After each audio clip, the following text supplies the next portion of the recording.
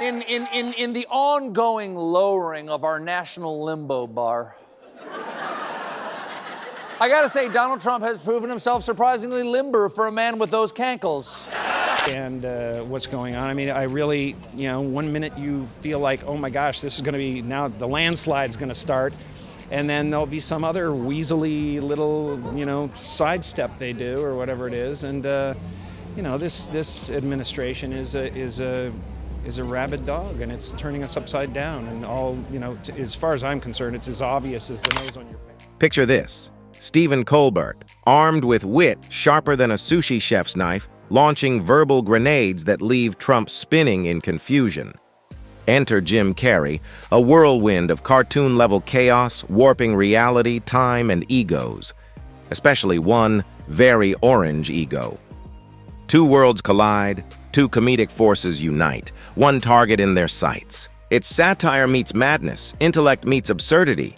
Grab your popcorn, buckle up, and prepare for the ultimate roast, where truth, comedy, and chaos explode in glorious technicolor. He's achieved two new lows. First, you know how Donald Trump has always sued everyone and everything at all times everywhere? Well, some of those claims were against the Department of Justice, who, during the Biden administration and before, made the fatal mistake of doing their jobs. Trump is toast. I like that one. That's Trump is toast.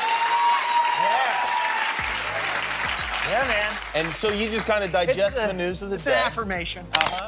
Stephen Colbert is on the warpath again, and this time the target practically announces itself: Trump. You can almost see Colbert honing his wit like a blade, every quip sharpened for impact.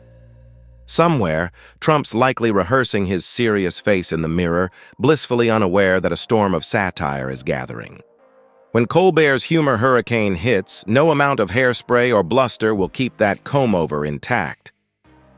Some of his claims are over investigations into his Russia ties and the seizure of hundreds of classified documents from Mar-a-Lago's highly secure guest bathroom. Okay, he didn't like that.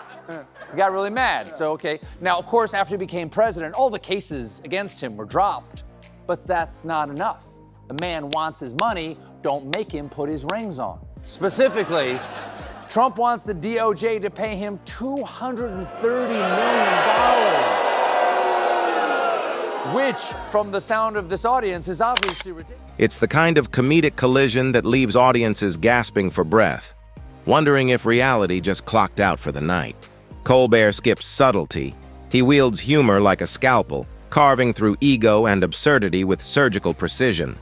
Nuance? That's for those without comb-overs or chronic Twitter withdrawals. I can't look at it. I'm glad I ate beforehand. Oh my God, there's so many nipple-like things and actual nipples. Yeah, it's pretty accurate. I mean, no, I was gonna say I love Jim Carrey, but He criticized capitalism without a conscience. And that's what we have now. We have capitalism without a conscience.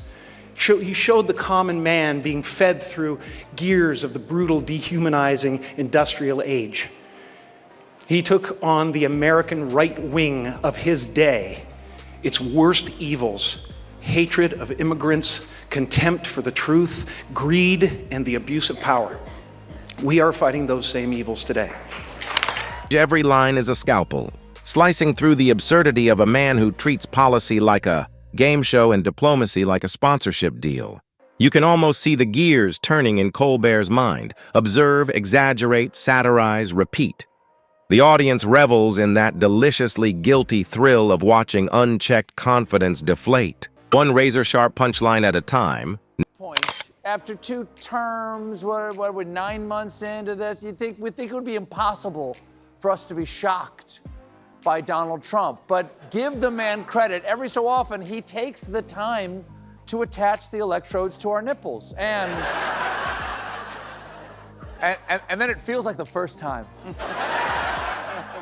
Case in point, yesterday, as part of his White House ballroom project, he sent out a backhoe to rip off a chunk of the East Wing.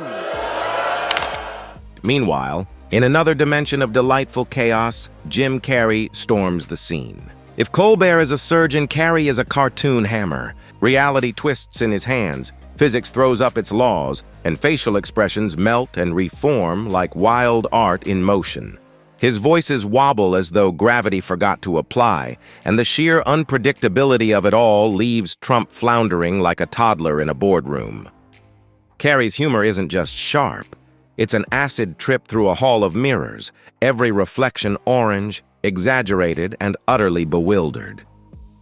Watching him feels like witnessing someone paint a masterpiece while setting off fireworks in the same room.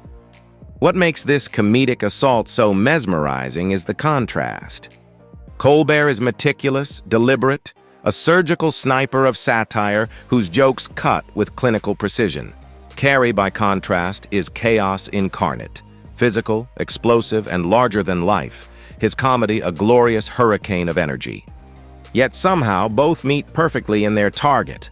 The contradictions, ego, and sheer absurdity of one man determined to make himself the punchline of history. Trump can't escape either one. Colbert's verbal strikes hit before he even processes the setup, while Carrey's over-the-top caricatures dominate every screen, from late-night TV to viral clips at brunch. Together, they form a one-two punch of intellect and insanity, a comedy collision that reality itself can't quite keep up with. You can make a bad decision about a candidate. It's not who you are. It doesn't mean you're dumb. It doesn't mean you're different. It doesn't mean, the trouble with what's happening right now is these really negative forces like the Steve Bannons of the world are convincing us that we're separate, that we're not the same country, that there's two countries. There's not two countries. I can break bread with anybody in this country. I love people in this country. I love the heartland of this country. Every laugh feels like proof that the universe has a sense of humor and a favorite target. Colbert takes aim at Trump's greatest hits, the overconfidence, the hyperbole, the baffling grasp of reality. One moment, he's dissecting a press conference with surgical precision, exposing how a simple policy question spirals into a self-congratulatory monologue.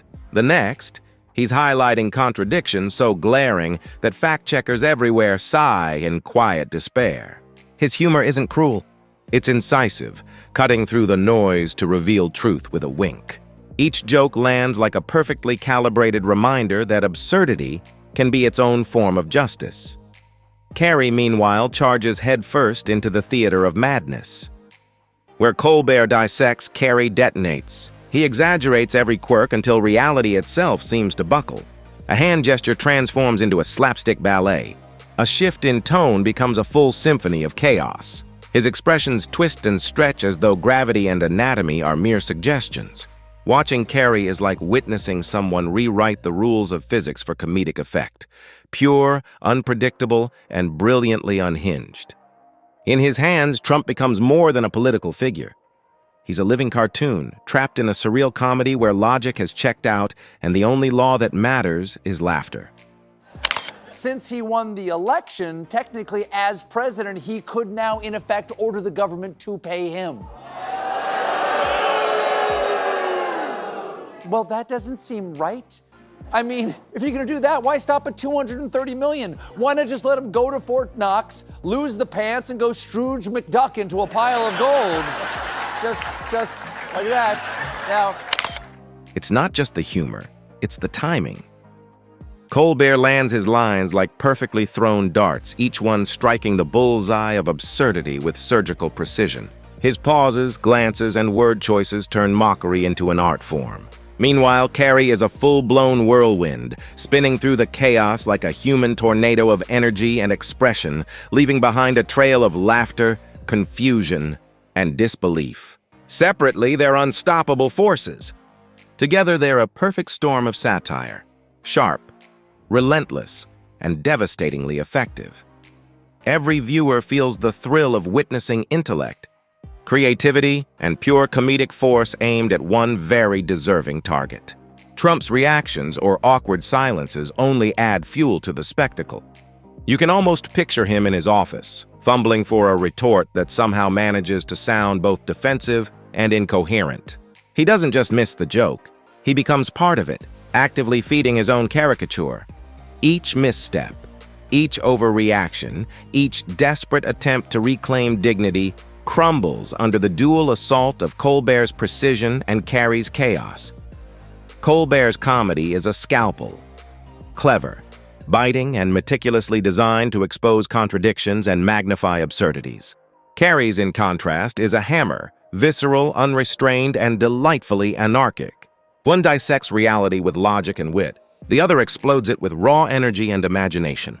The result is the same every time. Trump left blinking, baffled, and increasingly out of touch.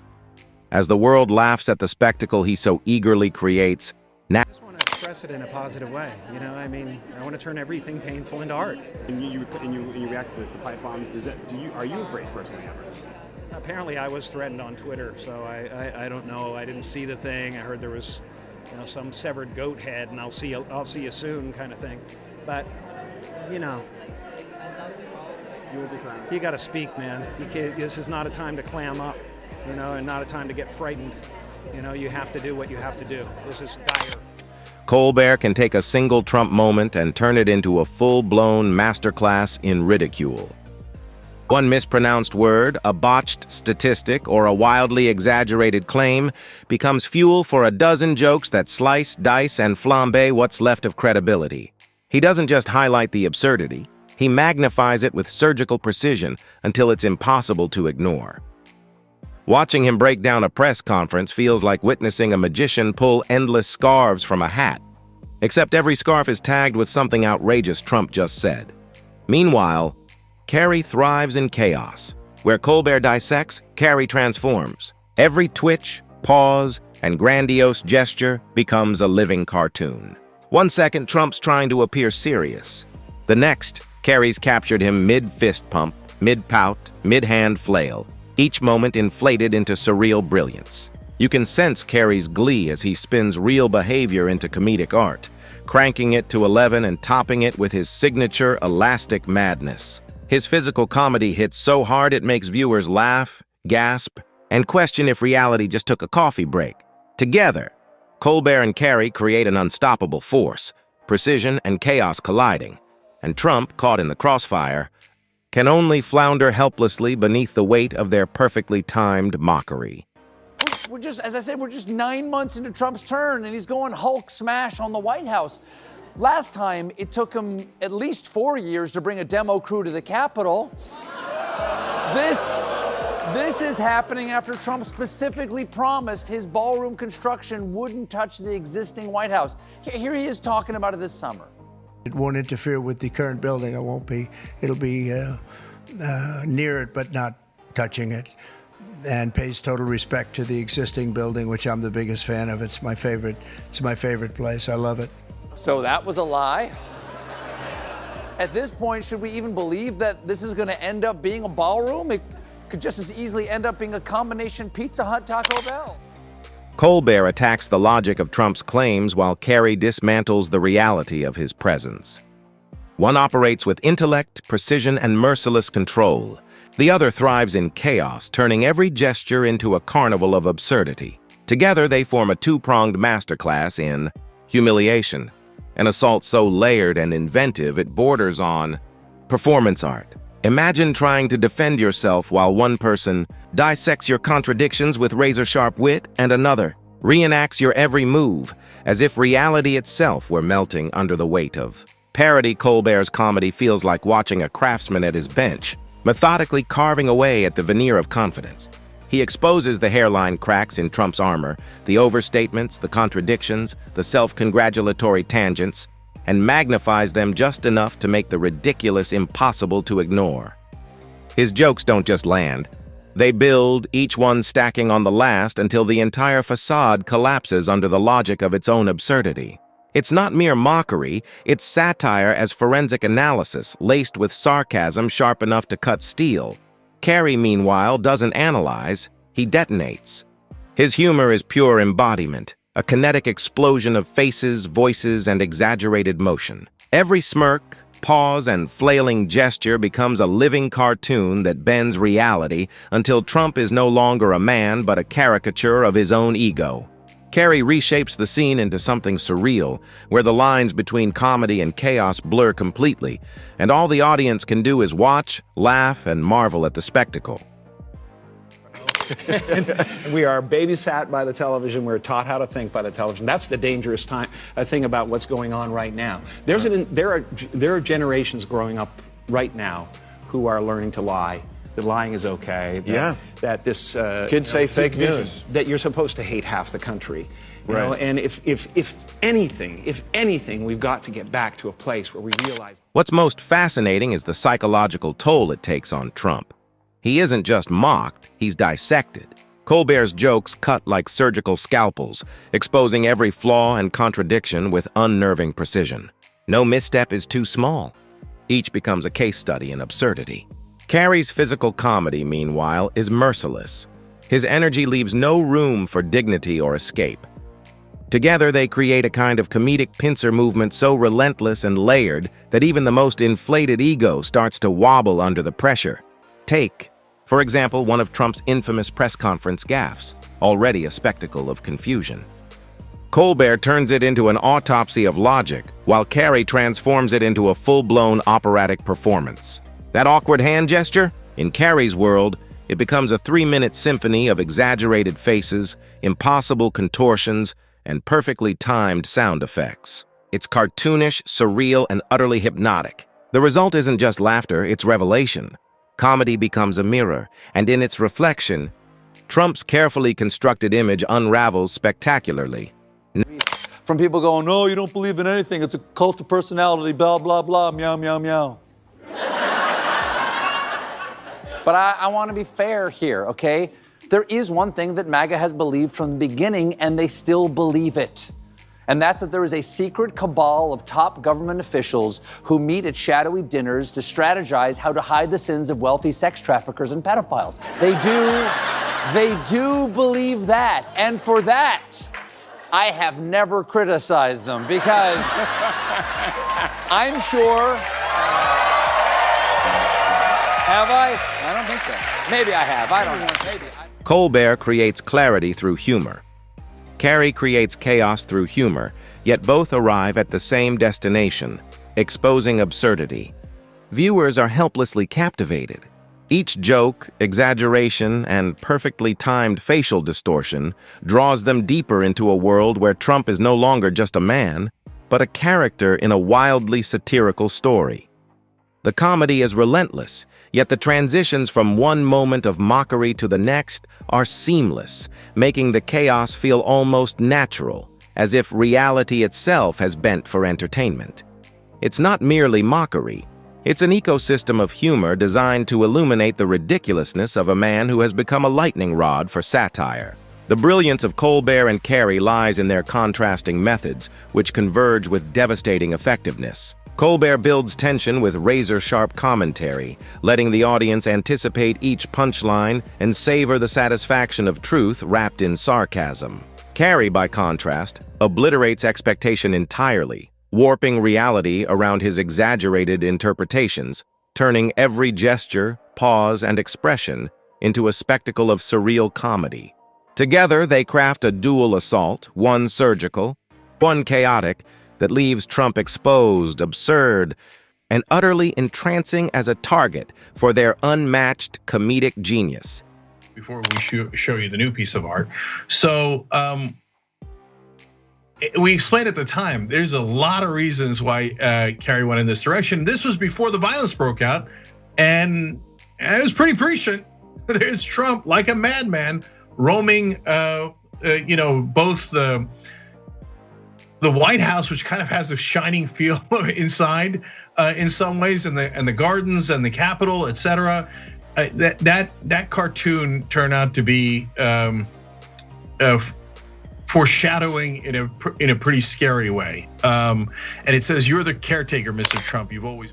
Every joke Colbert delivers lands with surgical precision, leaving the audience laughing, cringing, and marveling at the sheer audacity. He dissects contradictions, exaggerates absurdities, and constructs punchlines that hit like scalpel cuts, exposing flaws so clearly they're impossible to ignore.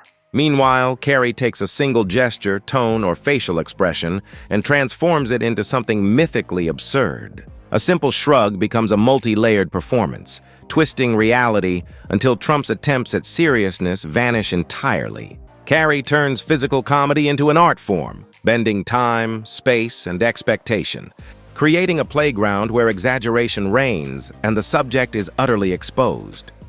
The brilliance lies in how Colbert and Carrey operate in parallel. Colbert meticulously uncovers illogic and irony, building tension with each carefully chosen word. Carrey escalates chaos, turning every movement into a surreal spectacle. Together, they form a cosmic comedy experiment where logic and reality are optional, and the results are devastatingly effective. Trump's responses, or more accurately his inability to respond, only amplify the humor. He flails, stammers, and tries to clarify, but every effort reinforces the ridicule.